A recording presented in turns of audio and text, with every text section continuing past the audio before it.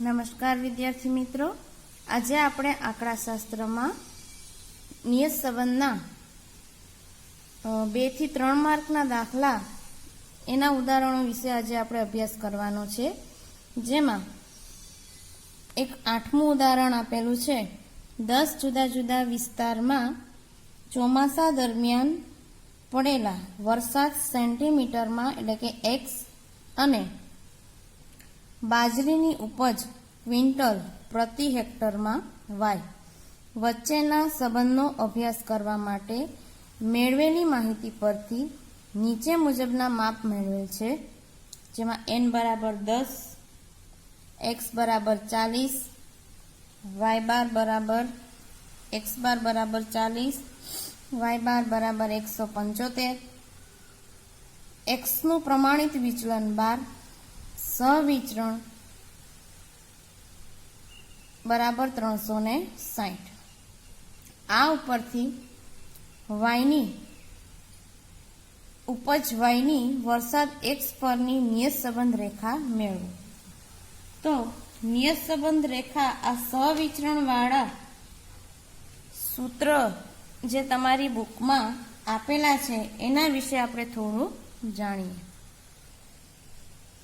જેમાં સહવિચરણ અને સહસંબંધક પરથી નિયત સંબંધ, જ્યારે બે ચલો x અને y ની દ્વિચલ માહિતી માટે મધ્યક, પ્રમાણિત વિચલન અથવા વિચરણ, સહવિચરણ, સહસંબંધક જેવા સાર સૂચક માપ જાણતા હોઈએ ત્યારે નિયત સંબંધક અને નિયત સંબંધ રેખા કઈ રીતે મેળવવું એના જે સૂત્ર તમને બુકમાં આપેલા છે।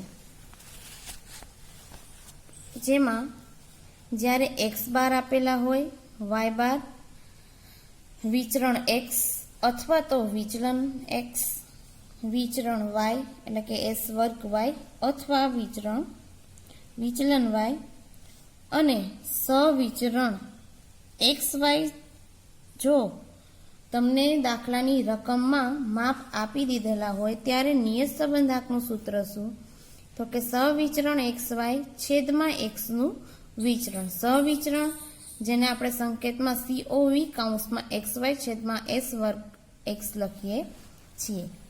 અને એનું સૂત્ર છે એ જેમ આપણે આગળ હતું એ જ રીતે રહેશે, a બરાબર y બાર માઇનસ bx બાર, જ્યાં સહવિચરણ ઘણી વખત આપણને આગળ જેમ સહસંબંધકમાં આપતા હતા કે એના ઉપર સહવિચરણનું સૂત્ર શું? તો કે સહવિચરણ કઈ રીતે મળે? તો કે સિગ્મા x માઇનસ x બાર y માઇનસ y બાર અપોન n। આ જ સૂત્રની આપણે આગળ સહસંબંધકમાં nxy વાળું સૂત્ર પણ જોયેલું।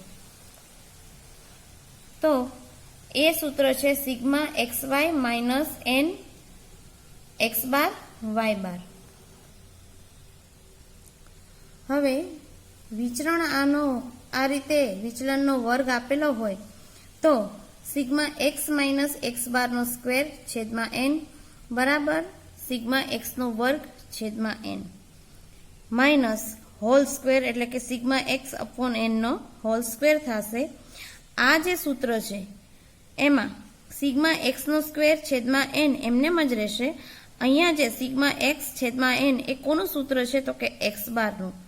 તો આખાઈનો વર્ગ થાય તો આ સિગ્મા x ના છેદમાં n બરાબર આપણે x બાર લખી શકીએ। તો અહીંયા આના બરાબર આપણે x બારનો વર્ગ લખી શકીએ છીએ। એ જ રીતે s વર્ગ y માં સિગ્મા y માઇનસ y બારનો સ્ક્વેર છેદમાં n સિગ્મા y સ્ક્વેર છેદમાં n minus sigma y upon n whole square.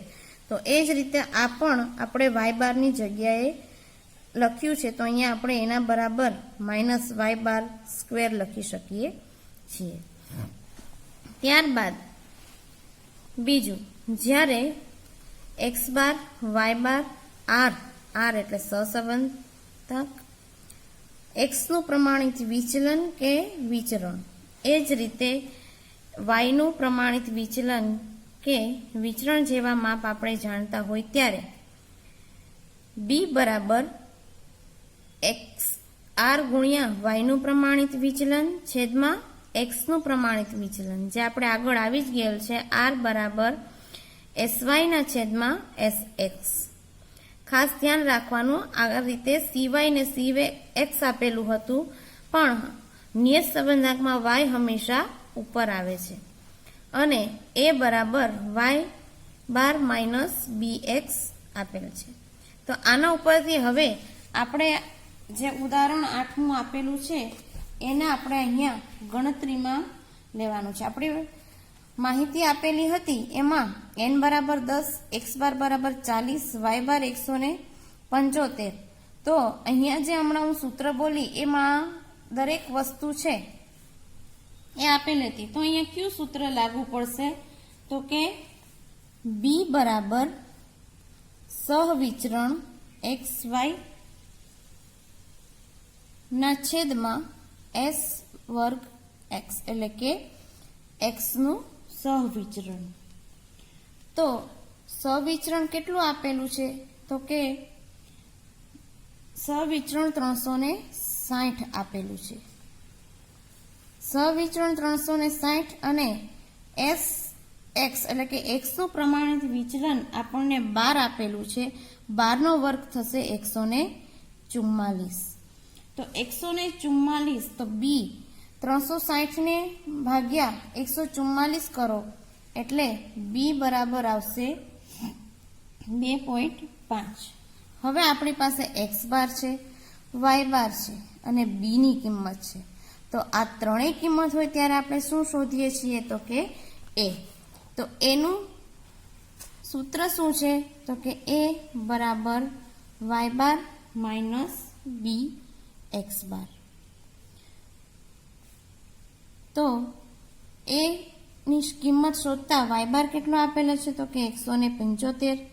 બી આપણને મળ્યો 2.5 અને એક્સ બાર આપણે કિંમત આપેલી છે 40. તો 40 નો ગુણાકાર 2.5 સાથે કરો તો કેટલો આવશે જવાબ? તો કે 175 માઇનસ 25 ચોકું 100 એટલે કે પોઈન્ટ છે એટલે 0 ના લેતા 100 આવશે, બરોબર. તો 175 માંથી 100 બાદ કરીએ તો એ બરાબર કેટલા આવશે? તો કે 75. હવે એ બરાબર 75 આવ્યા. તો હવે આપણે મેળવવાનું શું છે? તો કે વાયની વરસાદની એક્સ પરની નિયત સંબંધ રેખા મેળવવાની છે. તો નિયત સંબંધ રેખા મેળવવા આપણે કયું સૂત્ર લઈએ છીએ? તો કે વાયની એક્સ પરની નિયત સંબંધ રેખા બરાબર અનુમાનિત વાય બરાબર a વત્તા bx. હવે આપણી પાસે એની કિંમત છે, કેટલી છે? એની કિંમત 75. બી ની કેટલી કિંમત છે? તો કે 2.5x.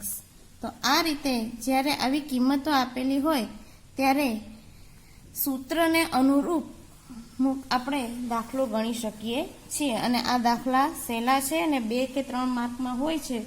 તો આ મહેનત આમાં વધારે કરવાની રહે. ત્યારબાદ 9મું ઉદાહરણ, કુટુંબની વાર્ષિક આવક એક્સ અને મ્યુચ્યુઅલ ફંડમાં કુટુંબનું વાર્ષિક રોકાણ વાય એ બે ચલો વચ્ચેનો અભ્યાસ કરવા એક શહેરમાંથી મેળવેલા 100 કુટુંબોની નિદર્શ માહિતીનો સાર નીચે દર્શાવ્યો છે. એક્સ બરાબર કુટુંબની વાર્ષિક આવક લાખ રૂપિયામાં, વાય બરાબર કુટુંબનું મ્યુચ્યુઅલ ફંડ વાર્ષિક રોકાણ 1000 રૂપિયા. ત્યારબાદ તમને એક્સ બારની કિંમત આપેલી છે 5.5, વાય બાર આપેલા છે 40.5, એક્સનું પ્રમાણિત વિચલન 1.2, વાયનું પ્રમાણિત વિચલન 12.8 અને સહસંબંધાંક આર બરાબર આપેલા છે 0.65. તો આ માહિતી પરથી કુટુંબના મ્યુચ્યુઅલ ફંડમાં રોકાણની કુટુંબની વાર્ષિક આવક પરની નિયત સંબંધ રેખા મેળવો. જો કોઈ કુટુંબની વાર્ષિક આવક 4.5 લાખ રૂપિયા હોય તો મ્યુચ્યુઅલ ફંડમાં વાર્ષિક રોકાણનું અનુમાન મેળવો. તો વાર્ષિક આવક 4.5 આપેલ છે, એને આપણે અહીંયા એક્સ કહીશું. તો હવે આપણે આ દાખલો આગળ ગણીએ કે પેલા તો રકમમાં જોઈએ તો વિચલનો આપેલા છે, સહસંબંધ આપેલા છે અને મધ્યક આપેલા છે. તો એના ઉપરથી કયું સૂત્ર આવશે? બીજું કે અહીંયા n બરાબર આપણે કેટલા લઈશું? તો n બરાબર આપણને અહીંયા 100 આપેલા છે. તો સૌથી પહેલા આપણે અહીંયા 100 કુટુંબનો નિદર્શ એટલે કે n બરાબર કેટલા આપેલા છે? તો કે 100 આપેલા છે. તો n બરાબર 100, x બાર બરાબર 5.5, y બાર આપેલા છે 40.5, વિચલન આપેલું છે 1.2, x નું પ્રમાણિત વિચલન અને y નું પ્રમાણિત વિચલન આપેલું છે 12.8 અને સહસંબંધાંક r આપેલો છે 0.65. તમામ કિંમતો આપણી પાસે છે. હવે આપણે જોવાનું છે કે આમાં કયા સૂત્રનો ઉપયોગ થશે. તો આપણે સહસંબંધાંકનું હમણાં જ મેં સમજાવેલું એમાં નીચે સૂત્ર આપેલું હતું b બરાબર r ગુણ્યા sy ના છેદમાં sx એટલે કે 0.65 ગુણ્યા પ્રમાણિત વિચલન y નું 12.8 છેદમાં 1.2. તો કેલ્ક્યુલેટર વાઇઝ ગણતરી કરતા જવાબ આવશે 6.9333. તો તેથી b ની કિંમત થશે 6.93. b ની કિંમત મળી ગઈ. x બાર આપેલા છે અને y બાર પણ આપણી પાસે છે. તો x બાર, y બાર અને b ની કિંમત હોય ત્યારે આપણે એની કિંમત જોઈ શકીએ છીએ એટલે કે મેળવી શકીએ છીએ. તો a બરાબર y બાર માઇનસ bx બાર. એની કિંમતમાં y બારની કિંમત આપેલી છે 40.5 ઓછા 6.93 ગુણ્યા 5.5. તો 40.5 માઇનસ 6.93 ગુણ્યા 5.5 એટલે 38.115. 40.5 માંથી 38.115 બાદ કરતા જવાબ આવશે 2.39, જે એની કિંમત આપણને મળશે. હવે x આપણે y ની x પરની નિયત સંબંધ રેખા એટલે કે અનુમાનિત y a વત્તા bx.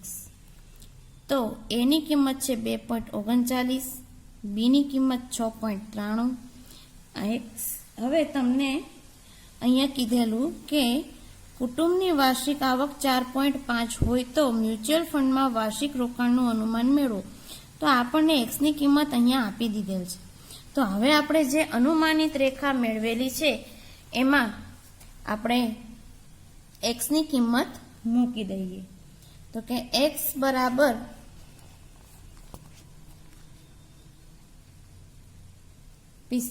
ને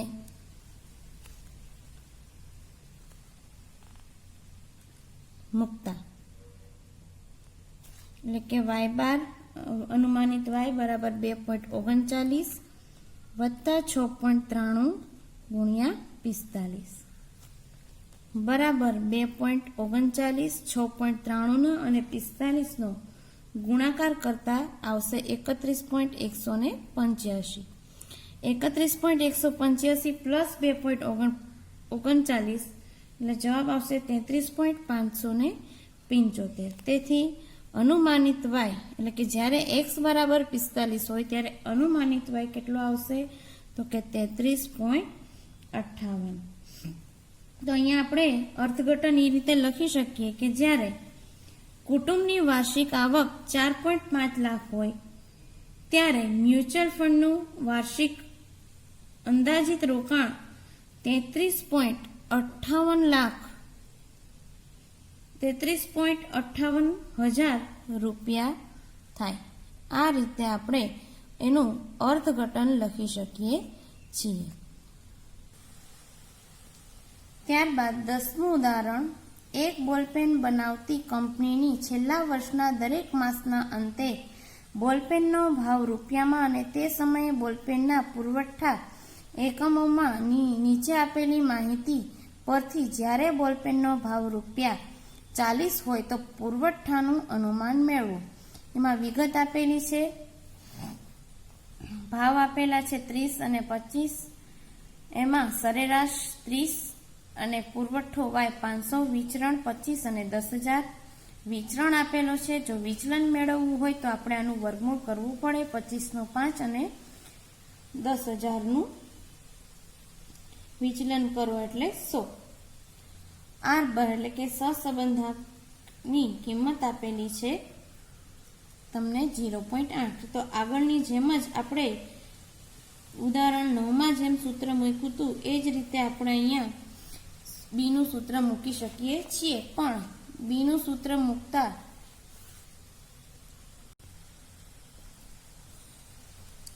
એટલે કે બી બરાબર આર ગુણ્યા SY ના છેદમાં SX. તો આપણી પાસે S વર્ગ X છે જે 25, તો SX આવશે 5 અને S વર્ગ Y છે એ 10,000 આપેલ છે, તો SY એટલે કે 100 થશે. સહસંબંધક R 0.8 આપેલ છે, તો બરાબર 0.8 ગુણ્યા 100 ના છેદમાં 5 બરાબર બીની કિંમત આવશે બી બરાબર 16. એટલે કે બીની કિંમત આપણને 16 મળે છે. હવે x બાર અને y બાર અહીંયા આપેલા જ છે અને બીની કિંમત પણ મળી ગયેલ છે. તો એના પરથી આપણે એની કિંમત મેળવી શકીએ છીએ. એ બરાબર y બાર વત્તા બી એક્સ બાર. y બાર આપેલા છે 500, બીની કિંમત આવી 16 અને x બાર આપેલા છે 30. અહીંયા પ્લસ થઈ ગયું, માઇનસ આવશે એટલે કે 500 માઇનસ 16 ગુણ્યા 30 એટલે આ થશે 480. તો 500 માંથી 480 જાય એટલે કે એ બરાબર આપણને કેટલા મળશે તો કે 20 મળશે. હવે અહીંયા અનુમાનિત y મેળવીએ એટલે કે y બરાબર a વત્તા bx એટલે કે એની કિંમત 20, બીની કિંમત 16, x. તમને રકમમાં આપેલ છે કે જ્યારે બોલપેનનો ભાવ 40 રૂપિયા હોય તો એ કોના બરાબર થશે તો કે x બાર. x બરાબર થશે એટલે આપણે અનુમાનિત પુરવઠાનું અનુમાન મેળવવાનું છે. તો કે x બરાબર 40 હોય ત્યારે પુરવઠાનું અનુમાન કેટલું થાય તો y બાર અનુમાનિત y એ એટલે 20. અહીંયા x બરાબર આપણે 40 ની કિંમત મૂકતા 20, 16, x ની કિંમત 40. તો 16 નો ગુણાકાર 40 આરે કરો એટલે થશે 640. 640 પ્લસ 20 એટલે અનુમાનિત y તમને મળશે 660 એકમ. તો અહીંયા પણ તમે અર્થઘટન લખી શકો છો કે જ્યારે x બરાબર એટલે કે બોલપેનનો ભાવ રૂપિયા 40 હોય ત્યારે પુરવઠાનું અનુમાન 660 એકમો થશે. તો આવી રીતના તમારે પણ 2 માર્કના દાખલા છે એનું રિવિઝન અને ગણતરી કરતી રહેવાની છે.